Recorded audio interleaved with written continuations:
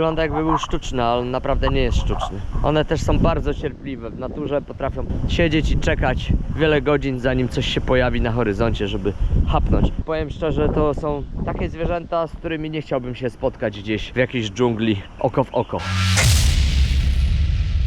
Przez 8 dni podróżowaliśmy wzdłuż zachodniego wybrzeża Maroka. Poznaliśmy niesamowitą naturę, kulturę i sposób życia miejscowych ludzi. To idealne miejsce, aby zacząć podróżowanie na własną rękę.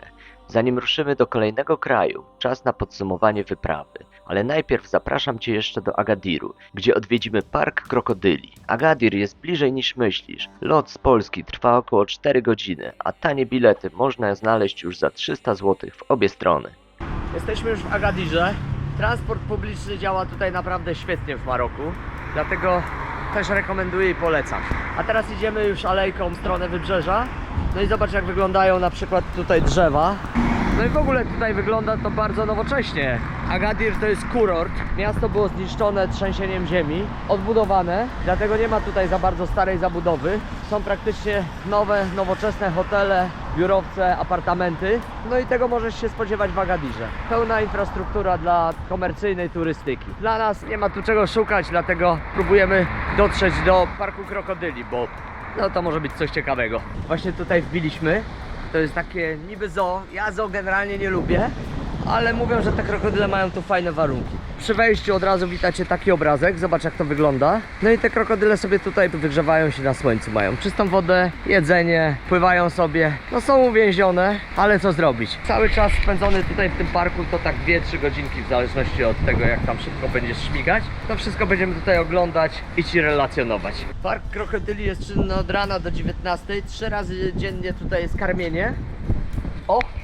Tutaj masz godzinki, 12, 15 i 17 i w różnych miejscach. O 15 tutaj, więc się za bardzo nie ruszamy. O 17 po drugiej stronie parku, więc będziemy sobie tutaj łazić, oglądać, patrzeć. To krokodyle to takie zwierzęta trochę leniwe, w tym sensie, że leżą, nie ruszają się i to takie mało dynamiczne. Ale myślę, że jak będą im rzucać jakieś mięso, to one będą wtedy trochę jakby pokazywać życia.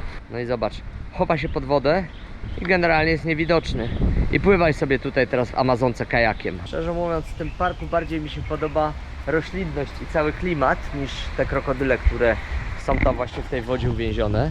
Zobacz na przykład na te drzewa, jak one wyglądają. No i tak chilloutowo można sobie przyjść, posiedzieć na takich właśnie fotelikach, zrelaksować się i jest naprawdę fajnie. Bardziej mi to przypomina ogród botaniczny.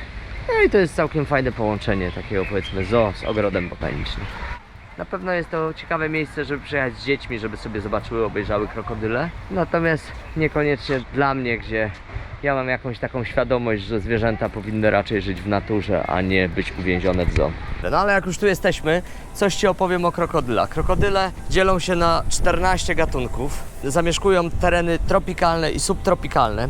Głównie bagna, jeziora, rozlewiska. Największe krokodyle, jakie istnieją, dochodzą do 7 metrów długości i mogą ważyć około tony. Te, co tutaj leżą, też są duże. W tym momencie mój mikrofon definitywnie zdechł. Pozwól, że dokończę narrację, dogrywając to, co chciałem powiedzieć. Tak więc krokodyle są bardzo niebezpiecznymi zwierzętami. Siła ugryzienia krokodyla jest porównywalna do nacisku, jaki wywiera betonowy blok ważący 2,5 tony na powierzchnię wielkości paznokcia. Żadna ofiara nie ma szans wydostać się z jego szczęk. Krokodyle są super szybkie. Na lądzie potrafią rozpędzić się do 17 km na godzinę. W wodzie natomiast osiągają prędkość do 30 km.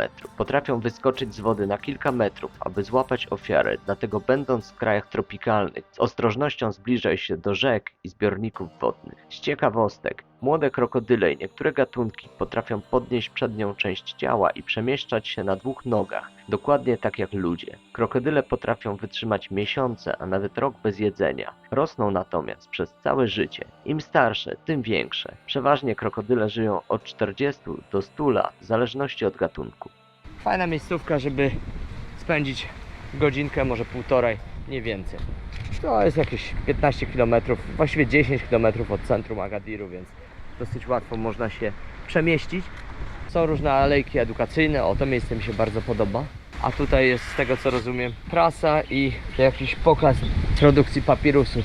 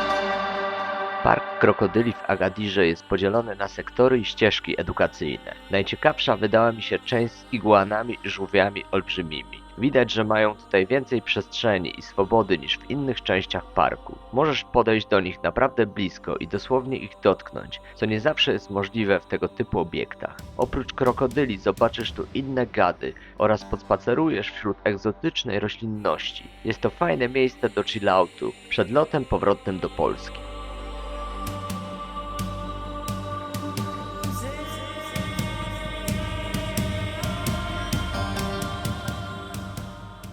Kończymy naszą marokańską przygodę, ale to dopiero początek. Po krótkim przystanku w Polsce ruszamy dalej do Etiopii. To kraj, który totalnie mnie zaskoczył i zachwycił. Będzie intensywnie, emocjonująco i cały czas niebezpiecznie. Nie przegap tej serii. Widzimy się już wkrótce.